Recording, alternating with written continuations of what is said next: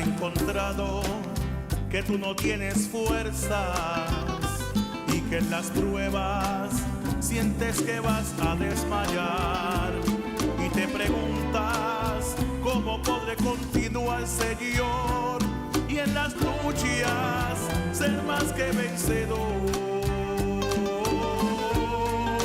Nuevas fuerzas, Señor, yo te pido nuevas fuerzas para así poder servirte y también poder seguirte y ser más que vencedor. Nuevas fuerzas, mi Señor, yo te pido nuevas fuerzas para así poder seguirte y también poder servirte y ser más que vencedor, y ser más que vencedor, y ser más que vencedor. ¿Qué dijo el salmista David en el Salmo 119, verso 105? Él dijo: lámpara son a mis pies tu palabra y lumbrera a mi camino. En pocas palabras, los pies del salmista, por oscuro que fuera, como dijo él en el Salmo 91, y aunque ande en valle de sombra de muerte, en el Salmo 23, no temeré mal alguno. ¿Por qué él no iba a temer? Porque él estaba guardando la palabra de Dios y porque delante de sus pies iba la palabra de Dios. Y la palabra de Dios era la lumbrera a su camino. Y él entendía que aquel que le proveyó la palabra para que él pudiera caminar, como dice la palabra, lámparas son a mis pies tu palabra y lumbrera a mis caminos. Aquel que le proveyó la lámpara, aquel que le proveyó la palabra, aquel que le proveyó la lumbrera, aquel que le proveyó el camino, aunque aún andaba en sombra de valle de muerte, él no temía porque él sabía que aquel que lo hubiese suplido también era poderoso para sacarlo de aquel lugar del valle de sombra donde se encontraba. Bendito sea el nombre de Dios. Y eso pasa contigo y conmigo. ¿Sabe por qué eso pasa contigo y conmigo? Porque aunque tú y yo andemos perdidos en el pecado, perdidos en el alcohol, perdidos en la idolatría, en la hechicería, perdido lo más profundo, allí está la mano de Dios para guardarnos. Allí está la misericordia de Dios tratando con nosotros para poder sacarnos de ahí, para poder levantarnos, como dijo el salmista David. Tú eres quien levanta al pobre del pozo y al menesteroso del muladar y lo hace sentar en lugares altos, lugares donde solamente se sientan los príncipes y los reyes y los sacerdotes, los ministros de Dios. ¿Cuáles son esos lugares altos? Donde ayer tú te veías tomando alcohol, pero ya hoy tú no tomas alcohol porque tú dices: yo soy un siervo de Dios. Donde ayer tú estabas sumido en la droga y tú dices: ya yo no consumo droga porque Cristo me libertó. Donde ayer tú estabas en la prostitución y hoy no te prostituyes porque Cristo te libertó. Esos son los lugares altos donde el Señor te levanta. Ahora, ¿cuáles son los lugares especiales donde Dios quiere llevar nuestras vidas? El día que partamos de esta tierra es el día de la salvación. Es el lugar de la salvación, es el lugar especial donde el Señor ha preparado para ti y para mí. Bendito sea el nombre del Señor. El Señor Jesucristo no se equivocó cuando dijo que Él era el camino, la verdad y la vida. ¿Por qué? Porque el hombre perdió el camino que llevaba hacia Dios, perdió la vida eterna y pasó de vida eterna a muerte natural. Ya no había verdad en el hombre. Y Cristo dijo: yo soy el camino, yo soy la verdad y yo soy la vida. Y fíjese que cuando usted y yo seguimos a Jesucristo hay una garantía de ir a un lugar especial. ¿Cuál es el lugar especial? El lugar del descanso eterno, el lugar de paz, la segunda vida, porque hoy nosotros morimos. Pero Pablo dijo: el vivir es Cristo y el morir es ganancia. Entonces Pablo sabía de aquel lugar que él se refería cuando la palabra dice que no se sabe si fue en vida, en el espíritu o cómo fue que fue. Pero él sabe que llegó a un lugar, al tercer cielo. Porque él dice: pasé el primero, el segundo y llegué al tercer cielo, donde oí palabras inefables, cosas que ojos no han visto, ni oído han escuchado, ni han subido al corazón del hombre, son las que Dios tiene preparadas para aquellos que le aman. ¿Para dónde fue Pablo? Para aquel lugar donde el mismo Jesucristo dijo en el libro de Juan capítulo 14, verso 6, cuando él dijo que él era el camino, la verdad y la vida. Donde él dijo que él iría a preparar morada para que donde él esté, nosotros también estemos. ¿Cuál es ese lugar? El lugar por el cual te predicamos, el lugar por el cual Dios nos ha enviado, como dice la palabra, y por todo el mundo y predicad el evangelio. ¿Por qué tenemos que predicar el evangelio? Para que la gente se aperciba, para que la gente abra los ojos, para que la gente preste atención, para que la gente oiga sus oídos, lo abra, para que la gente pueda entender que si no se arrepiente y se convierte, como dice, arrepentido y convertido, sus pecados no serán borrados. Si no se arrepiente y se convierte y comienza a vivir una vida conforme a Dios, conforme a la voluntad de Dios a través de su palabra, conforme a como Dios ha establecido, dando fruto digno de arrepentimiento para que sus pecados sean borrados, para que todas las rebeliones que hayan en su corazón sean quitadas en el nombre de Jesús, para que el nombre sea escrito en el libro de la vida, porque el libro de Apocalipsis dice claramente, y todo aquel que su nombre no se halló escrito en el libro de la vida, oiga bien, no se halló inscrito. Cuando usted escribe algo, usted ha inscrito algo ahí. Si usted no está en el nombre de Cristo escrito, usted no podrá ser heredero del reino de los cielos. Y lamentablemente no podemos decirle una cosa por otra, sino que tenemos que decirle la verdad. No importa la vida que usted esté viviendo, no importa el camino que usted esté caminando, no importa lo que usted esté practicando o haciendo. No importa lo que usted haya dejado de hacer o lo que no haga. Si usted no acepta a Cristo como su único y suficiente Salvador, yo quiero decirle en este momento que usted no tiene garantía de salvación. Usted dirá, varón, ¿y por qué usted me dice que yo no tengo garantía de salvación? Porque la Biblia dice, acepta al Señor Jesucristo como tu Salvador y serás salvo tú y tu casa. Cuando usted y yo aceptamos a Cristo como nuestro único y suficiente Salvador, hay una garantía de salvación. Pero si no aceptamos a Cristo, porque ¿a quién envió el Padre? El Padre envió al Hijo.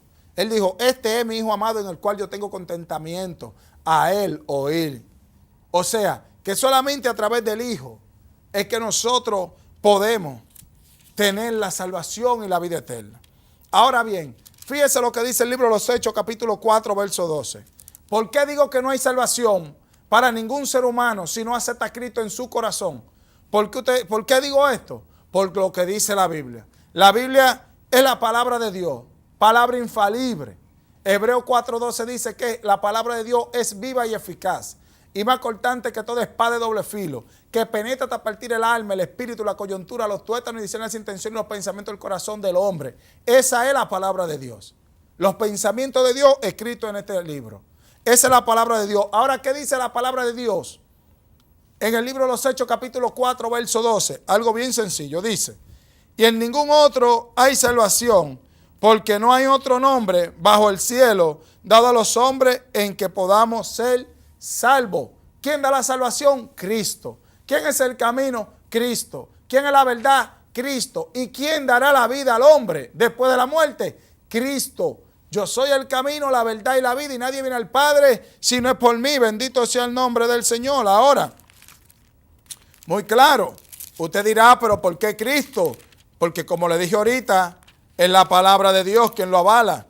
Y como la palabra de Dios, bendito sea el nombre del Señor, es lo que va a llevar al hombre a la salvación, es la palabra de Dios. ¿Sabe por qué? Porque muchas veces los médicos se cuidan mucho de darle un diagnóstico médico al hombre o a la mujer, porque ellos saben que si le dan un diagnóstico médico fuerte, esa persona con su mentalidad puede empeorar la situación.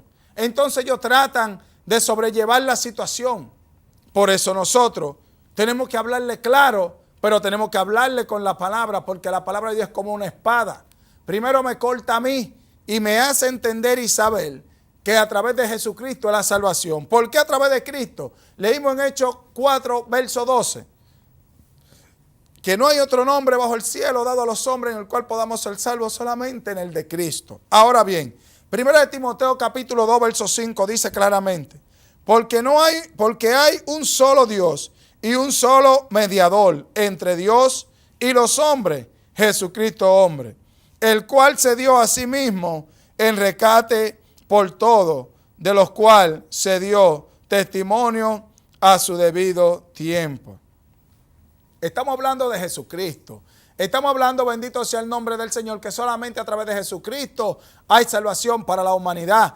Pedro dijo claramente aquí, dijo, arrepentíos y convertíos para que sean borrados vuestros pecados, para que vengan de la presencia del Señor tiempo de refrigerio y Él envíe a Jesucristo que os fue antes anunciado. Desde el libro de Génesis hasta Apocalipsis, Jesucristo viene siendo representando el tipo de salvación. Jesucristo representa la salvación de Dios para los hombres, bendito sea el nombre del Señor, porque Jesucristo vino a la tierra como un hombre normal, común y corriente como tú y yo, pero cuando hablamos que el pecado entró a la humanidad, el libro de Mateo y el libro de Lucas lo refieren claramente. Dice que Juan vio que descendía Jesús al río Jordán y dijo, este es el Cordero, el cual quita el pecado del mundo.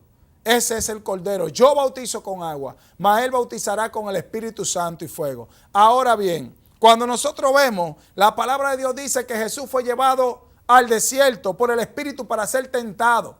Dice la Biblia que por 40 días y 40 noches estuvo Jesucristo allí siendo tentado. Pero las tres tentaciones más fuertes, las que la Biblia registra, fueron estas. Número 1, si tú eres el Hijo de Dios, di que esta piedra se transforme en pan. Dijo Jesús que no. Número 2, si tú eres el Hijo de Dios, tírate de aquí porque a sus ángeles enviará Dios para que te guarden y tus pies no tropiecen en piedra. Número 3, le dijo también, si te postrares delante de mí, yo te daré todos estos reinos. Ahora, cuando vemos las tres tentaciones más fuertes, Cristo las tres la venció. La venció no en el espíritu, sino que la venció en la naturaleza del hombre natural. ¿Por qué? Porque Él no venció en el espíritu. La Biblia dice que después que pasó todo esto, Él reprendió al enemigo. Apártate de mí, Satanás, porque Cristo está. No adorará a nadie más, sino a Jehová tu Dios adorará y a Él solo servirá. Cuando Él dice estas palabras, Satanás se aparta de Él. Cuando Satanás se aparta de Él, la Biblia añade algo más importante. Y descendió Jesús en el poder del Espíritu. O sea, cuando usted como nueva criatura, como nuevo creyente, acepta a Cristo como su único y suficiente Salvador. El apóstol Pablo dijo en el libro de Efesios, en su capítulo 1, desde que creíste fuiste sellado con el Espíritu Santo. Cuando Cristo venció, Él desciende en el poder del Espíritu. Cuando tú y yo aceptamos a Cristo como nuestro único y suficiente Salvador, ya inmediatamente hemos sido sellados con el Espíritu Santo de Dios. Ahora bien, Pedro dice que nos arrepintamos y nos convertamos. ¿Para qué? Comencemos a dar fruto digno de arrepentimiento. Usted dirá, varón, pero alguien me dijo a mí en una ocasión que por qué el ladrón de la cruz y se salvó. Yo le dije, bueno, la Biblia relata que Cristo le dijo, a partir de este momento, tú estarás conmigo en mi reino. O sea, Él le dijo, Señor, acuérdate de mí cuando esté en tu reino. Él le dijo, desde ahora tú estarás conmigo. En pocas palabras, Él lo que le está diciendo es algo bien claro.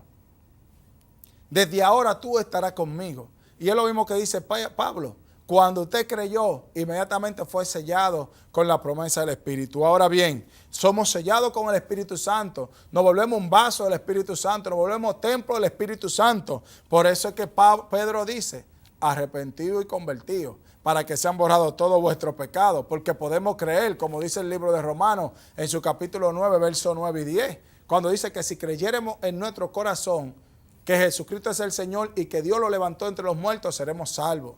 Porque con el corazón se cree para justicia, mas con la boca se confiesa para salvación. ¿Qué está diciendo Pablo a los romanos aquí? Algo bien sencillo, que si nosotros creemos que Jesucristo es el Señor y que Dios lo ha levantado entre los muertos, nosotros seremos salvos porque hemos creído a lo que dice la palabra. No hemos tenido por inmunda la sangre de Jesucristo. No hemos tenido, bendito sea el nombre del Señor, por falta, sino que creemos que Dios lo resucitó y que si Dios lo resucitó a Él, a nosotros también nos levantará, bendito sea el nombre del Señor. Ahora bien, cuando nosotros estamos hablando del apóstol Pedro, bendito sea el nombre del Señor, dice el versículo 21, dice algo bien importante. a quien de cierto es necesario que el cielo reciba hasta los tiempos de la restauración de todas las cosas, de que habló Dios por boca de sus santos profetas que habían sido desde tiempo antiguo. ¿A qué se refiere? Bendito sea el nombre del Señor, aleluya. Mi alma alaba a Dios. He predicado el Evangelio de Jesucristo en esta tarde, bendito sea el nombre del Señor. Y quiero hacerte un llamado para que tú aceptes a Cristo como tu único y suficiente Salvador, porque la venida de Cristo se acerca y todo aquel que no se encuentre en el libro de la vida no podrá gozar de la vida eterna. Repite esta oración conmigo. Señor Jesús, reconozco que soy un pecador, pero también reconozco que en ti está el poder y la autoridad para perdonar mis pecados. Te pido que perdone mis pecados y que escriba mi nombre en el libro de la vida, de donde nunca más sea borrado. Si has repetido esta oración conmigo, ya no eres un pecador, sino que eres un hijo de Dios. Bendito sea el nombre del Señor.